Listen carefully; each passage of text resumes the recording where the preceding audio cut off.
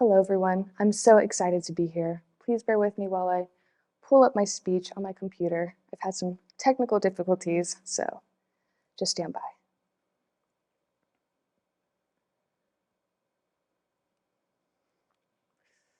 Let's see. A little nervous, but it's okay.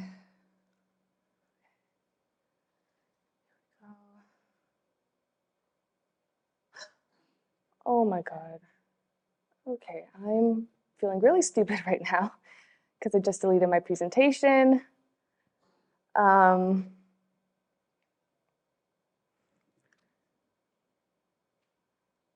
Is what I would say if I truly deleted my presentation. What I just showed you all was a scenario that many students and adults alike experience on a daily basis. But I'm not talking about actually deleting my presentation. I'm talking about the negative self-talk that came from it.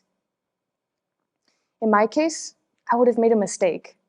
And as a perfectionist, I would correlate this mishap with my self-worth, even though I am completely prepared to give this speech without a presentation. The things we say to ourselves mean something. To put it in perspective, our words weigh us down like rocks tied to our feet in the ocean's depth.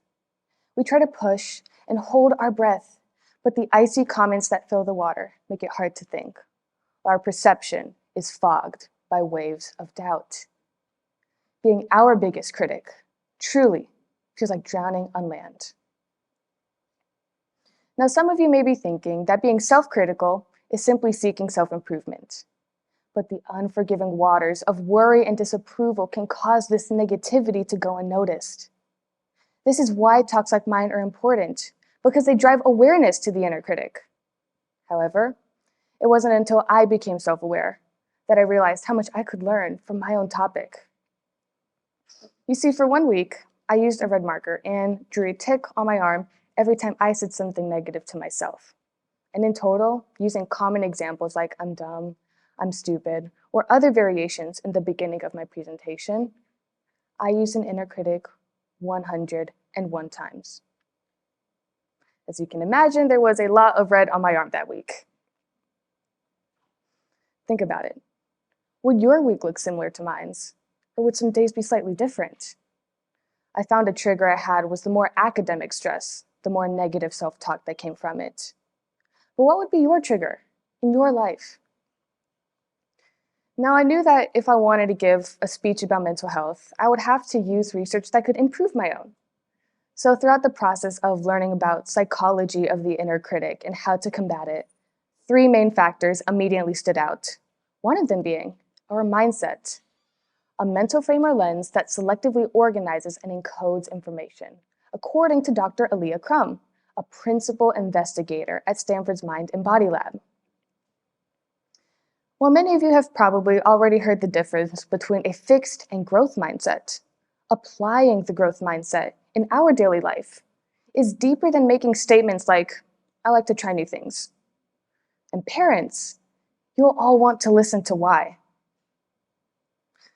Dr. Carol Dweck, an expert in the study of motivation, published the article, Praising Intelligence, Costs to Children's Self-Esteem and Motivation. In this study, she had a group of children complete a nonverbal IQ test with simple problems for the first round of testing, meaning everyone scored fairly well. The interesting part of this experiment was when 1/3 of the children were praised for their outcome and told they were smart because of it, while a second third was praised for their effort in completing the problems. The last third was simply a control group giving neutral praise like good job, for example, not linked to anything particular. Now, when the 2 main groups were given the option to either take easier or harder problems, those praised for their efforts wanted to challenge themselves, while those praised for their outcome wanted the easier problems. After 3 rounds of harder testing, those praised for their effort outperformed those praised for their outcome and stayed motivated throughout the whole process. Dweck states that the children that were taught to link their intelligence by a score also learned that the moment they faced any sort of struggle in completing a problem, in their minds, it meant that they were not smart. In other words, they were developing a fixed mindset.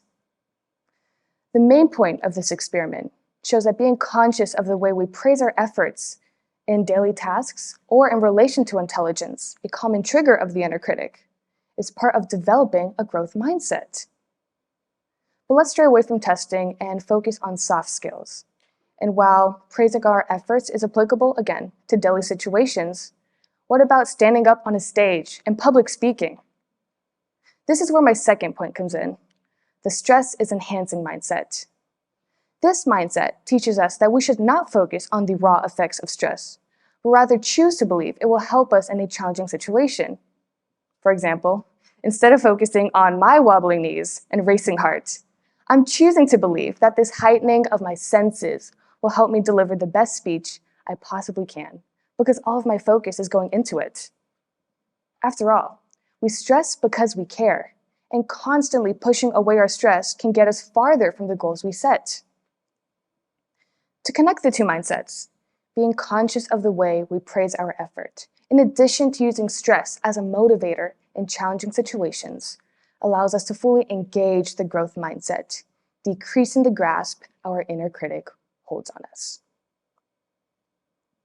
Now, some of you may still be thinking, regardless of all that I've mentioned prior, that you do not need to take care of your mental health because you are already successful financially or otherwise. However, something I strongly believe in to counter this is that to change the world, we can just open people's eyes. This thought is supported by Dr. David Yeager's study, where he simply introduced the growth mindset and stress is enhancing mindset to a group of students. Once these students were given a challenging situation, there was an overall performance improvement. To test this notion out, I decided to repeat the same process of my previous week, counting every time I said something negative to myself. And I'm happy to say that in total, I only used an inner critic 10 times. A drastic decrease from 101. This does lead me to my third point. Consistency is key. Well, it was not easy to constantly remind myself to engage in these new habits. Turning the icy, comment-filled waters into pools of strength gave me confidence in the idea that I will achieve the high goals I set for myself, because I'm not creating a mental barrier. And the same is possible for all of you. Taking the American work ethic, in addition to healthy self-reflection and motivation, means there is nothing in this country we cannot overcome.